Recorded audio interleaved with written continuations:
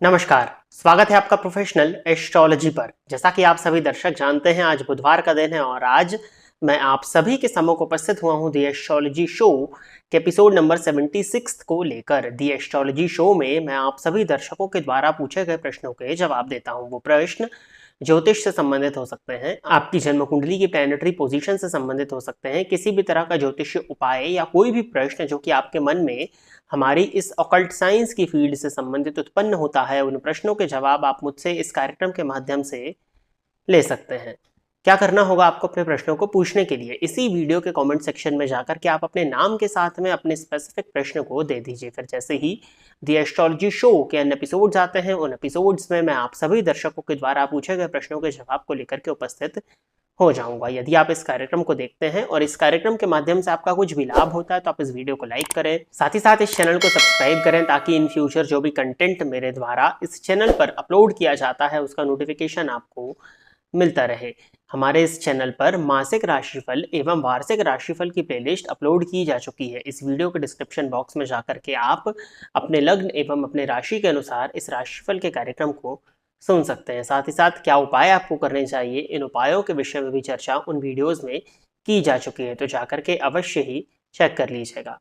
अब हम बिना विलंब किए अपने आज के इस कार्यक्रम की शुरुआत करते हैं और आज के इस कार्यक्रम का जो पहला प्रश्न है, ये अहम जी नाम से आईडी है। इन्होंने पूछा है कि गुरुजी, मिथुन लग्न की जन्म पत्रिका में 7th लॉर्ड वक्री होकर 3rd हाउस में चंद्रमा के साथ हैं, लेकिन केपी चार्ट में गुरु 2nd हाउस में वक्री होकर उच्च के बैठे हैं, तो क्या गुरु का फल नीच का होगा?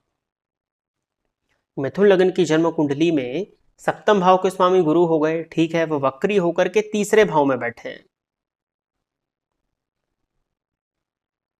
चंद्रमा के साथ में, लेकिन केपी चार्ट में गुरु 2nd हाउस में वक्री होकर के उच्च के बैठे हैं, तो क्या गुरु का फल नीच का होगा? नहीं, आप चलित कुंडली में जाकर के गुरु की स्थिति को पहले तो देख लीजिए कि चलित कुंडली में गुरु कहाँ बैठे हैं। यदि चलित कुंडली में गुरु मिथुन लग्न में 3rd हाउस में सिंह राशि में ही वक्री होकर के बैठे हैं तो गुरु का नीच का फल नहीं होगा। परंतु यदि वो चलित कुंडली में भी कर्क राशि में जाकर के वक्री होकर के बैठे हैं तो फिर गुरु का फल आपको नीच का ही देखने में मिलेगा। तो चलित का विचार करिए, केपी का नहीं। आगे बढ़ते हैं। अगला प्रश्न जो है, ये फैन बीस्ट नाम से आईडी है, इन्होंने पूछा है कि सर क्या होता है जब सूर्य बुध शुक्र 7वें भाव में एक साथ बैठे हों? देखिए, ये निर्भर करता है कि किस लग्न की कुंडली पर हम चर्चा कर रहे हैं। नॉर्मली यदि देखा जाए तो सूर्य का 7th भाव में जाना बहुत अच्छा नहीं माना जाता। ये सूर्य की कमजोर स्थिति को प्रदर्शित करता है और जातक के दाम्पत्य जीवन में परेशानियां, पार्टनरशिप में यदि व्यापार होता है तो पार्टनर के साथ में मतभेद को प्रदर्शित करता है, किसी भी रिलेशनशिप में ईगो को प्रदर्शित करता है। ईगो की वजह से परेशानियां उत्पन्न, अहंकार की वजह से परेशानियां किसी भी रिश्ते में आ सकती हैं, ये इस बात को प्रदर्शित करता है। अब बारी आती है 7th भाव में बुध की, तो 7th भाव में बुध का जो फल है वो भी कोई बहुत ज्यादा अच्छा नहीं माना जाता है। 7th स्थान में बुध, क्योंकि बुध लग्न में दिग्बली होते हैं तो 7th भाव में वो दिग्बल से विहीन हो जाता है, तो उनको दिग्बल नहीं मिलता, डायरेक्शनल स्ट्रेंथ नहीं होती बुध के पास में, दिशा नहीं होती है। और शुक्र यदि 7th भाव में हो तो वो कारक होते हैं, परंतु यदि किसी पापक ग्रह के साथ में वो पापक ग्रह की दृष्टि से दृष्ट हो तो दाम्पत्य में परेशानियां आने लगती हैं, क्योंकि दाम्पत्य का कारक शुक्र दाम्पत्य स्थान में बैठ करके जब पापक ग्रहों की दृष्टि से दृष्ट होता है तो कहीं ना कहीं स्थिति जो है वो गड़बड़ हो जाती है। तो ये मैरिड लाइफ के लिए अच्छा नहीं है। और जो ग्रह हैं जैसे बुध है, सूर्य हैं, इनके कारक प्रभावों में कमी आती है, इनके संपूर्ण लाभ जातक को नहीं मिल पाते हैं। अब निर्भर करता है कि लग्न कौन सा है, किस लग्न की जन्म कुंडली की हम चर्चा कर रहे हैं उस पर चीजें डिपेंड करेंगी कि वो लग्न कौन सा है। आगे बढ़ते हैं। अगला प्रश्न जो है ये गौरव शर्मा जी का है, इन्होंने पूछा है, गुरुदेव, क्या सूर्य को मजबूत करने के लिए बिल्व के पेड़ की जड़ को धारण करना माणिक्य पहनने से अधिक फायदा देता है? क्या इसे रवि पुष्य योग में ही पहनना अधिक श्रेष्ठ रहता है या किसी भी रविवार को पहन सकते हैं?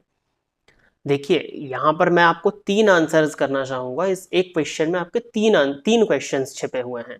बेल की पेड़ की जड़ को धारण करने से नो डाउट सूर्य को बल मिलता है, बट अब माणिक्य का कंपैरिजन नहीं कर सकता वो। किसी भी चीज का कंपैरिजन आप किसी दूसरी चीज के साथ में कर ही नहीं सकते हैं। हर एक चीज की अपनी अपनी महत्वता होती है कि बेल के पेड़ की जड़ को यदि आप धारण करेंगे तो भी वो सूर्य को बल देगा, बट उतना बल नहीं देगा जितना माणिक्य धारण करना देगा, क्योंकि माणिक्य एक जेमस्टोन है, एक रत्न है, जिसको कि एक श्रेष्ठ मुहूर्त में श्रेष्ठ समय में पहना जाए, वो उस ग्रह का है तो वो रेडिएशंस को आपकी बॉडी में एब्जॉर्ब कराता है।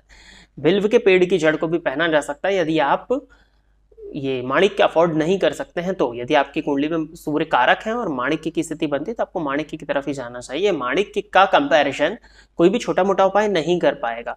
ये ठीक वैसा ही है जैसा जो लोग पुखराज नहीं पहन पाते उनको कहते हैं कि हल्दी की गांठ धारण कर लीजिए, तो ये ऐसा ही है, कंपैरिजन इन दोनों का ही नहीं है। यदि आप माणिक्य नहीं पहन सकते हैं तो ऑप्शन के तौर पर आप बेल की जड़ को भी धारण कर सकते हैं। अब पूजा पाठ या तंत्र प्रयोग की यदि हम बात करें तो उसमें इसकी महत्वता टोटली अलग हो जाएगी, लेकिन अगर आपने माणिक्य से कंपेयर किया तो माणिक्य का आंसर है।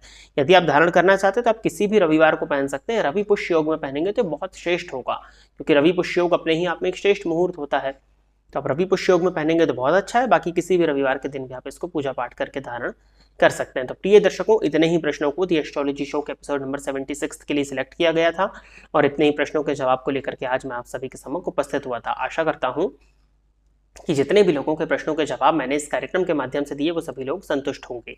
यदि आप इस कार्यक्रम को देखते हैं और इस कार्यक्रम के माध्यम से आपका कुछ भी लाभ होता है तो आप इस वीडियो को लाइक करें, साथ ही साथ इस चैनल को सब्सक्राइब करें, ताकि इन फ्यूचर जो भी कंटेंट मेरे द्वारा इस चैनल पर अपलोड किया जाता है उसका नोटिफिकेशन आपको मिलता रहे। यदि इस कार्यक्रम के माध्यम से आपका कुछ भी लाभ होता है तो आप इस वीडियो को ज़्यादा से ज़्यादा लोगों के साथ में शेयर करें, ताकि और भी लोगों का लाभ हो और उसका माध्यम आप सभी दर्शक बने। अपने प्रश्न को इस कार्यक्रम में सम्मिलित कराने के लिए इसी वीडियो के कमेंट सेक्शन में अपने नाम के साथ में आप अपने प्रश्न को दे दीजिए। आज के इस कार्यक्रम में बस इतना ही रखते हैं। नमस्कार।